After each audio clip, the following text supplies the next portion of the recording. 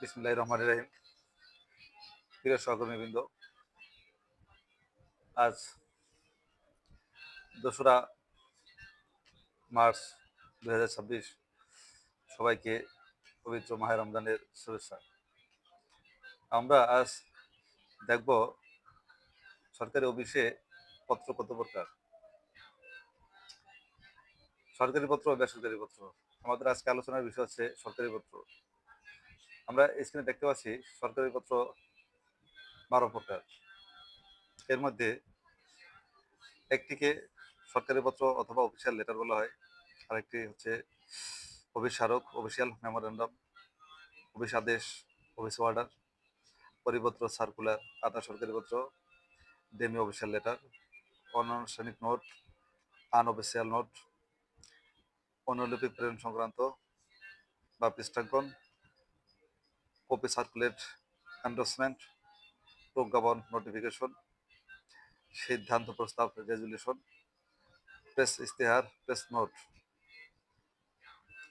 Fax, email, GP, SMS, cyber বার্তা apps ও অন্যান্য ডিজিটাল মাধ্যম, এবং 12 নম্বরে তার সর্বশেষ বিজ্ঞপ্তি বা নোটিশ।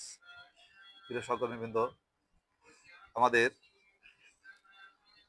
প্রধানত 3টি পত্র সবচেয়ে বেশি আমরা ব্যবহার করে থাকি। এর ভিতর সবচেয়ে বেশি ব্যবহার করে থাকি 2টি, যেমন অফিস স্মারক অথবা অফিসিয়াল মেমোরেন্ডাম। এটা আমরা সরকারি অফিসে ব্যবহার করে থাকি প্রায় 90%। অফিস আদেশ, এরও ব্যাপক ব্যবহার রয়েছে। পরিপত্র, সরকারি পত্র, প্রজ্ঞাপন, বিজ্ঞপ্তি। এর মধ্যে চতুর্থ অবস্থাপন আছে প্রজ্ঞাপনের ব্যবহারটা। তারপর নোটিশ, বিজ্ঞপ্তি, পরিপত্র, আধা সরকারি পত্র, এগুলি হয়ে থাকে। প্রিয় সহকর্মীবৃন্দ, আমরা পরবর্তী ভিডিওতে আলোচনা করব যে এই 12 প্রকার পত্রের ভিতরে কোন কোন পত্র কোথায় ব্যবহৃত হয়ে থাকে। আমরা সুনির্দিষ্টভাবে বুঝতে পারি না যে সরকারি পত্র এবং অফিস স্মারক এই দুটার ভিতর ফরম্যাটগত পার্থক্য বুঝতে পারলেও কোনটা কোথায় ব্যবহৃত হয়ে থাকে সেটা আমাদের নিকট স্পষ্ট নয়। বিধায় আমরা পরবর্তী ভিডিওতে এটা স্পষ্ট করে দিব, যাতে ভিডিওটা লম্বা না হয়ে যায়।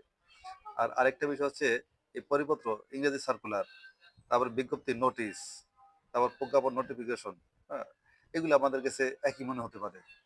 এর ভিতর মূলত পার্থক্যটা কি, কোনটা কোথায় ব্যবহৃত হয়, আমরা পরবর্তী ভিডিওতে এর বিস্তারিত জানবো, আলোচনা করব, যাতে এই সমস্যাটা না হয়।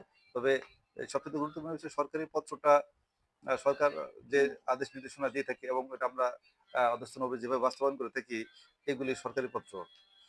যেমন সরকার বলতে এখানে মন্ত্রী বোঝাচ্ছে, এটা কর্মচারীদের জন্য সচিব বোঝাচ্ছে। এগুলি সরকারি পত্র। তাছাড়া যে পেনশন, এগুলি যে মঞ্জুরি জ্ঞাপন করা হয় একটা সুনির্দিষ্ট সরকার কর্তৃক, এগুলি আমরা সরকারি পত্র ব্যবহার করব। অফিসারগুলো এভাবে নর্মালি পত্র যোগাযোগের জন্য মতামত, তথ্য আদান প্রদান, এগুলি অফিস আছে স্বাস্থ্য দপ্তর প্রধান কর্তৃক। তো আমরা আজকে ফরম্যাটগুলি আপনাদের সামনে উপস্থাপন করবো। সহকর্মীবৃন্দ, পরবর্তী ভিডিওতে আমরা আরো ডিটেলস আলোচনা করবো কোন পত্র কোথায় ব্যবহৃত হয়, যাতে এটা খুব দীর্ঘ না হয়ে যায়। প্রিয় সহকর্মীবৃন্দ, আমরা সরকারি পত্রে যে ফরম্যাট, এই ফরম্যাটগুলি যদি আমরা ভালোভাবে লক্ষ্য করি, তাহলে আমরা অনেকটা বুঝতে পারবো যে কোন পত্র কোথায় ব্যবহৃত হয়ে থাকে। প্রিয় সহকর্মীবৃন্দ, আপনারা দেখতে পাচ্ছেন করপত্র 17, নির্দেশ নম্বর 137-3। এখানে প্রাপক দেওয়া হয়েছে উপরের বাম পাশে, পদের নাম, পদনাম, অফিসের নাম ও ঠিকানা, বিষয়, সূত্র, তারপর মহোদয় দা শুরু হয়েছে। সহকর্মীবৃন্দ, তারপর দেখুন অফিস স্মারক। এর ফরম্যাটে এটা পুরোপুরি সরকারি পত্রের মতো মনে হলো। এখানে পদের নম্বর, অফিসের নাম, ঠিকানা, অর্থাৎ যাকে আপনি এটা প্রেরণ করবেন তার অ্যাড্রেস সিঙ্গে, কিন্তু স্বাক্ষরের নিচের অংশের বাম সাইডে, অর্থাৎ সরকারি পত্র এটা ছিল উপরে। এটা একটি অন্যতম গুরুত্বপূর্ণ ডিফারেন্স দুটি পত্রের। প্রিয় সহকর্মীবৃন্দ, তারপর আসি আমরা অফিস আদেশ। এটা আমরা সকলে ব্যবহার করে থাকি, এর উপরে তেমন আর আলোচনার কিছু নেই। তবে আমরা সচিবালয়ের নির্দেশমালা 2024 অনুযায়ী আমরা সবাই চেষ্টা করব যে স্মারক নাম্বার কিংবা নথি নাম্বারের পর যে তারিখটা আমরা ব্যবহার করি সেখানে বঙ্গাব্দ এবং খ্রিস্টাব্দ দুটি একসঙ্গে রাখার জন্য। সহকর্মীবৃন্দ, তারপর আসি পরিপত্র। এখানে বিষয় আর ডিটেলসটা আগে দেওয়া আছে। এটার সঙ্গে আমরা সকলেই পরিচিত। এখানে আমরা দেখতে পাচ্ছি যে সকল পত্রেই কিন্তু উপরের হেডিংটা প্রায় এক। তারপর ফাইল নম্বর এগুলো আছে। তবে পরিবর্তনের ক্ষেত্রে দেখা যাচ্ছে বিতরণের অংশে আমরা কোনো নথি নম্বর দেখতে পাচ্ছি না। যেটা আমরা আহ, ইতিপূর্বে অফিস আদেশ কিংবা সরকারি পত্র কিংবা অফিসারকে যেগুলো আমরা লক্ষ্য করেছিলাম সরকারি বৃন্দ। তারপর আপনারা দেখতে পাচ্ছেন অনানুষ্ঠানিক পত্র বা ইও ও নোট, যেটাকে আমরা বলে থাকি। আহ, এটা বিষয় সূত্র যদি থাকে, তারপর বর্ণনা প্রস্তাবনা, প্রাপকের নাম, স্বাক্ষর, ইও নোট, এটা লিখে এটা নথিতে উপস্থাপন করা হয়। কিংবা এটা পত্রেও কাজ করা যায়, নোট আকারে লিখলো, এটা অনেক সময় পত্রের কাজ করে।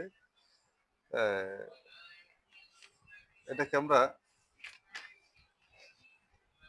আহ, একটি বিষয় খেয়াল রাখবো যে আমরা যারা বিভিন্ন দপ্তরের সঙ্গে জড়িত,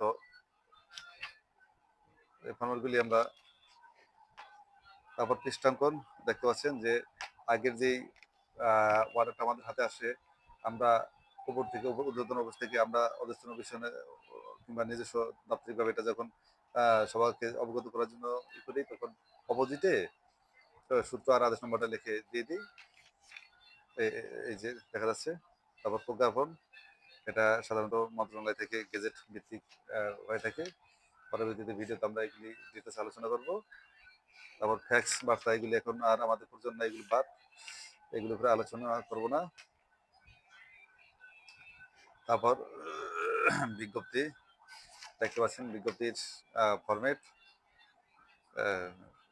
আপনাদের বাইরে থেকে মনে হতে পারে যে সবাই মোটামুটি কাছাকাছি, কিন্তু এর পার্থক্যগুলি খুব সূক্ষ্ম। এগুলো ধরতে পারলেই আমাদের ডিটেলসটা হয়ে যাবে। তারপর বিজ্ঞপ্তি গেল। তারপর কার্যকরী রেজুলেশন দেখতে পাচ্ছেন, একটি সভা কিভাবে হয় না হয়, এই হচ্ছে আমাদের আজকের আলোচনা। পরবর্তী ভিডিওতে কোনটা কোথায় ব্যবহৃত হয় এগুলো ডিটেলস আলোচনা করবো। সবাই ভালো থাকবেন, সুস্থ থাকবেন। আসসালামু আলাইকুম। আবারও সবাইকে 2026 রমজানের শুভেচ্ছা।